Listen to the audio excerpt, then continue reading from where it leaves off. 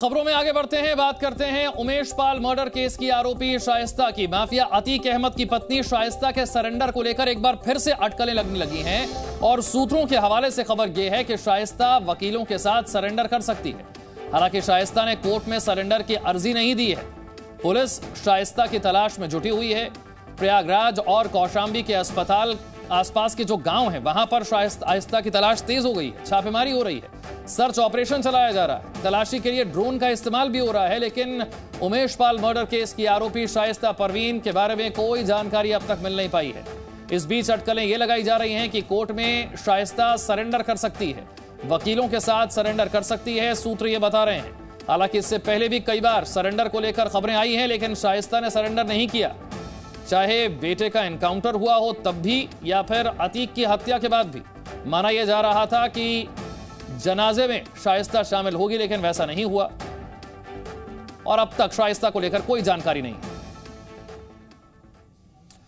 तो शाइस्ता को लेकर क्या खबर आ रही है ये हमने आपको बताया। उमेश पाल मर्डर केस में जिस शाइस्ता परवीन और शूटर साबिर को पुलिस ढूंढ रही है, उन दोनों का एक्सक्लूसिव वीडियो हम आपको दिखाने जा रहे हैं। यह वीडियो है 22 सितंबर 2020 का।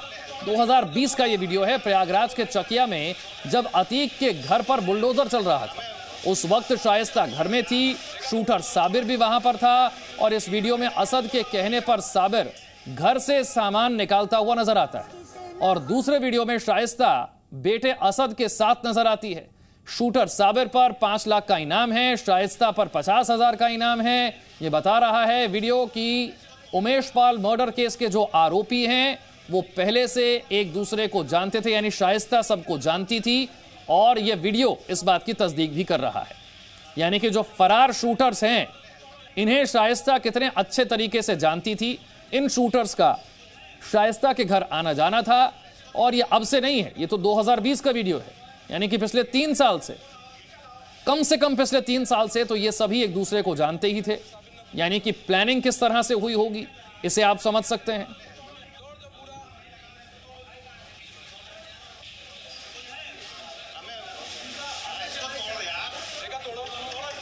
लालजी शुक्ला जिन्होंने अतीक को गिरफ्तार किया था वो हमारे साथ इस वक्त जुड़ रहे हैं। शुक्ला साहब, जिस तरीके से शाइस्ता को लेकर तलाश हो रही है, पहले माना जा रहा था कि बेटे के एनकाउंटर के बाद, फिर माना गया अतीक की हत्या के बाद, कई बार अटकलें लगी कि सरेंडर हो जाएगा, अब तक शाइस्ता को लेकर कुछ नहीं पता चल पाया है।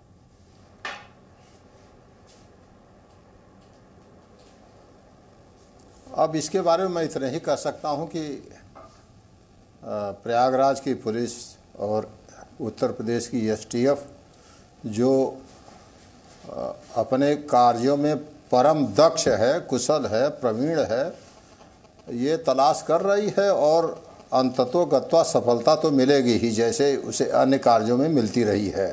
बात समय की है। ये कोई भी अपराधी जो है अपने बचने का हर प्रयास करता है और लॉ इन्फोर्सिंग एजेंसी उसे ढूंढ निकालने का हर प्रयास करती है। अंत में ये लुका छिपी का खेल जो है, जो अपराधी खेलता है, वो बहुत देर तक चल नहीं पाता है। जैसे आपने विगत परिणामों को देखा है, तो ये मुलजिम जो है, जो वांछित है, जो जिनकी गिरफ्तारी होनी है, ये अवश्य गिरफ्तार होंगे, ये मेरा पर दृढ़ विश्वास है। लालजी शुक्ला साहब, थोड़ा सा हमारे दर्शकों की जानकारी के लिए उस वक्त के बारे में बताइए, क्योंकि आपने तो अतीक पर तब एक्शन लिया जब प्रयागराज में तूती बोलती थी उसकी, जब उसका खौफ इतना था कि पुलिस प्रशासन एक्शन लेने से डरता था, नेता एक्शन लेने से डरते थे। आपने तो उस वक्त कार्रवाई की है। ये आप ठीक कह रहे हैं। ये आपका कथन सत्य है। एक समय ऐसा था जब अतीक का अपराध का मंडल, जो अपराध में वर्चस्व था, वो शिखर पर था, क्योंकि उसने कुछ ऐसे ऐसे अपराध कर डाले थे जिससे उसका मनोबल लगातार बढ़ता जा रहा था। उसकी शुरुआत ही, उसके जीवन की शुरुआत ही अपराधों से ही हुई। अपराध उसके जीवन का धरातल था, जहाँ से वो बढ़ा है, जिससे बढ़ा है, जिसकी खेती से वो बढ़ा है। इसी में वो मनबड़ई में जो है वो तमाम अपराध किया। फिर उसे संजीवनी सत्ता के सहयोग से मिलती रही। आपको बता दें कि जिसमें हमने पहली बार गिरफ्तारी किया, मतलब उस गिरफ्तारी टीम को मैं लीड कर रहा था जी। ये 1996 का एक प्रकरण है।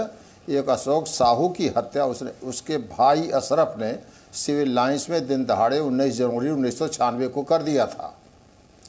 और उसका जब अभियोग पंजीकृत हुआ तो यह मामला स्पष्ट हुआ कि उस हत्या का षड्यंत्र पूरा अतीक ने रचा था। अशोक साहू की कोई गलती नहीं थी, एक बड़ी छोटी सी गलती थी जिसको आदमी सोच नहीं सकता कि एक गाड़ी पार्किंग को लेकर के अगर एक तकरार हो जाए तो उस पर हत्या हो जाए। हत्या इसलिए हुई कि उसकी इतनी जुर्रत हुई कि वो उसके भाई से तकरार किया।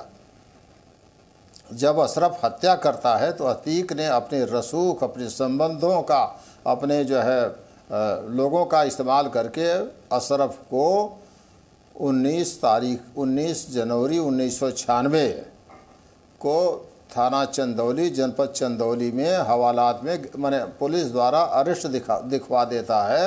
मतलब उसकी जो है वो कूटरचित तरीके से, और उसके साथ कट्टा आदि की बरामदगी हो जाती है। फिर जो उसकी कार्रवाई होती है अदालत के सम्मुख प्रस्तुत करना, बेल, रिमांड, कस्टडी, ये सब होता रहा। जब बात आई तो ये भी, इनको भी एक कॉन्स्पिरेसी में इनके भी खिलाफ सबूत आए। तो ये अपना हाई कोर्ट दौड़े, हाई कोर्ट से रिलीफ नहीं मिली तो इन्होंने अपने प्रभाव का इस्तेमाल करके अभियोग को CBCID ट्रांसफ़र करा दिया। तो तत्काल तो गिरफ्तारी की तलवार जो लटक रही थी वो टल गई, लेकिन ये 6-7 महीना लगा। फिर CBCID ने भी पाया कि ये मामला सही है, तो इनकी गिरफ्तारी CBCID के विवेचक को साथ में लेकर के 9 अगस्त 1996 को इनके घर से चकिया स्थित कार्यालय से किया गया। उस टीम को मैं लीड कर रहा था और इनको दबोच करके लाया गया। रही बात यह है कि खौफ होना एक अलग बात है, लेकिन कानून का खौफ और कानून का प्रभाव, इससे बड़ा कोई बली नहीं है। दिक्कत ये होती है कि जब कानून के खौफ को जब कानून के प्रवाह को, कानून की धार को, कानून की शक्ति को लोग एकजुट होकर के रोकने का प्रयास करते हैं, उसकी धार को कुंद कर देते हैं।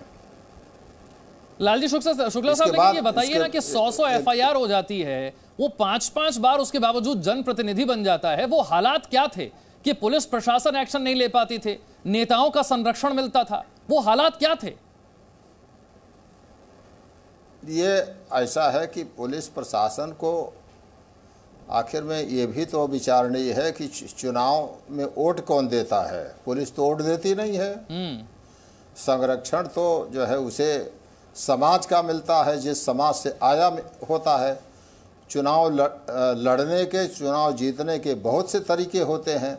जो प्रथम चुनाव इसने 89 का जीता, निर्दल जीता था, और उस समय जो है 2 अपराधियों के बीच में लड़ाई थी, अतीक अहमद और एक चांद बाबा। चांद बाबा इससे पुराना था और इससे ज़्यादा खतरनाक था, कई हत्याएं किया था। एक हकीम बाबा टाइप था, उसकी हत्या किया था, तो उससे उसका नाम चांद बाबा हो गया था। चांद बाबा जेल से रहते हुए जो है कारपोरेटर का चुनाव जीता था 88 में। फिर ये चांद बाबा के पीछे ही रहता था। जब चांद बाबा जेल से छूटा था तो अतीक अहमद अपनी गाड़ी से लेकर के पूरे जुलूस फार में लेकर के आया था। अब जो है इसके मन में सब ये देख करके कि जो है चांद बाबा जेल से चुनाव जीत रहा हो रहा, इसके भी मन में आया कि हम तो अपराध की दुनिया में आगे बढ़ ही चुके हैं, पैसा कमा रहे, लेकिन इसके लिए बिना राजनैतिक जो है व्यक्ति बने, राजनैतिक स्वरूप धारण करना आवश्यक हो गया, राजनैतिक परिवेश में आना आवश्यक हो गया। उसने चुनाव 89 में निर्दल पर्चा दाखिल किया। पहले चांद बाबा नहीं इसको समर्थन दे रहा था, उसके भी मन में आया कि जब मैं जेल से विधायक कारपोरेटर का चुनाव जीत सकता हूं तो मैं वो भी पर्चा दाखिल कर दिया। ये अतीक मना किया कि तुम मत लड़ो, का तुमसे हम छोटे हैं, तो कि तुमसे हम बाप हैं, गुरु हैं, वो भी दाखिल कर दिया। काउंटिंग से जस्ट पहले उसने रोशनबाग ढाल के पास गैंगवार हुआ, एक तरफ अतीक का गैंग, दूसरी तरफ चांद बाबा मारा गया। और उसी दिन शायद या उसके दूसरे दिन काउंटिंग हुई और अतीक विजयी हो गया। जब जीत गया तो उसके बाद तो उसका सामाजिक, राजनीतिक, आपराधिक जो भी कहा जाए वो वर्चस्व बढ़ता गया। फिर उसने 93 का चुनाव जो है इंडिपेंडेंट जीता। 93 का चुनाव उसने जो है सपा बसपा मतलब का एक तरह से एक्टिव सपोर्ट तो नहीं, पीछे लालजी शुक्ला साहब, माफी के साथ आपको रोक रहा हूं क्योंकि आपने तो उस वक्त बहादुरी का परिचय दिया था जब कोई हाथ नहीं डाल रहा था। अब मेरा सवाल यह है कि जिस प्रयागराज में उसका इतना खौफ था, इतना साम्राज्य फैला हुआ था, नेताओं का इतना संरक्षण था, आज उसे खुलेआम सड़क पर गोली मार दी जाती है। इसके पीछे कौन हो सकता है? आपका अंदाजा क्या है? आपका लंबा चौड़ा अनुभव है, क्या यह कोई गैंग वॉर है, कोई अपना हो सकता है, कौन हो सकता है? आप देखिए, अपराधी को तो कोई साधु मारेगा नहीं, अपराधी को अपराधी ही मारेगा। या तो अपराधी मुठभेड़ में, आमने सामने हो रही मुठभेड़ में पुलिस मारती है, नहीं तो अपराधी को कोई अपराधी ही मारेगा। मारने वाले भी, जैसा कि हमने अखबारों से देखा, क्योंकि अब हम तो सेवा में हैं नहीं, उनके भी आपराधिक इतिहास है, उनके भी लोगों से जो है जैसा उन्होंने स्वीकार किया है कि वो कोई जो है पश्चिम का गैंग है उससे रिलेटेड थे, उनके पास जो असलहे थे वो जो है सोफिस्टिकेटेड वेपन्स हैं। क्या नाम है, आपने सोफिस्टिकेटेड वेपन का जिक्र किया, तभी लोगों के मन में सवाल आता है कि कोई छोटा मोटा गुंडा बदमाश तो होगा नहीं, बाकायदा पूरी प्लानिंग के साथ जानता भी होगा कि पुलिस का घेरा भी होगा, मीडिया भी होगा, बड़े महंगे हथियार भी उसके पास थे। अब हथियारों की बरामदगी तो यही बताती है कि हथियार तो जो है ये छोटे मोटे अपराधियों के पास कैसे आ सकते हैं, कीमती हथियार हैं, उसके फिर उसकी चेन ऑफ सपोर्ट होगी।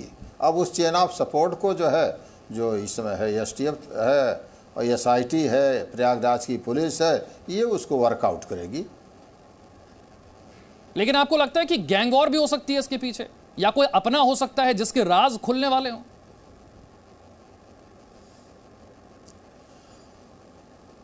अब किसी संभावना से इनकार नहीं कर सकते हैं, संभावनाएं तमाम होती हैं और अंत में जो विवेचना सारी संभावनाओं को काटते हुए जो वास्तविकता है उसकी ओर जाती है। अब इसको इंतजार करना, देखना आवश्यक होगा। लालजी शुक्ला साहब, ये भी कहा जाता है कि अतीक ने 14 ऐसे नाम लिए थे जो कि एक लिफाफे में हैं, जिसमें 5 कारोबारी हैं, 5 नेता हैं, और बहुत से सवाल उठे कि ये 14 नाम कौन से हैं? क्या ये वो लोग हैं जिन्हें संरक्षण दिया, और क्या उनके राज खुलने का शक है? आपका लंबा चौड़ा अनुभव है, आपको लगता है कि कई नेताओं का संरक्षण हासिल रहा होगा, कई कारोबारी ऐसे होंगे जो जुड़े रहे होंगे अतीक के साथ? आप देखिए, इसके बारे में मैं इतने कह सकता हूं कि 14 नाम कौन हैं ये मैं नहीं जानता, ये विवेचना का विषय है। रही बात संरक्षण की, तो इसके संबंध तमाम लोगों से रहे हैं। सत्ता का भी संरक्षण रहा है, जब सत्ता से जुड़े लोगों से इसको समय समय पर मदद मिलती रही है। तमाम लोग पार्टी लाइन से परे हट करके इसको मदद देते रहे हैं। इसके बारे में क्या कहा जाए, इस पर सब स्पष्ट है।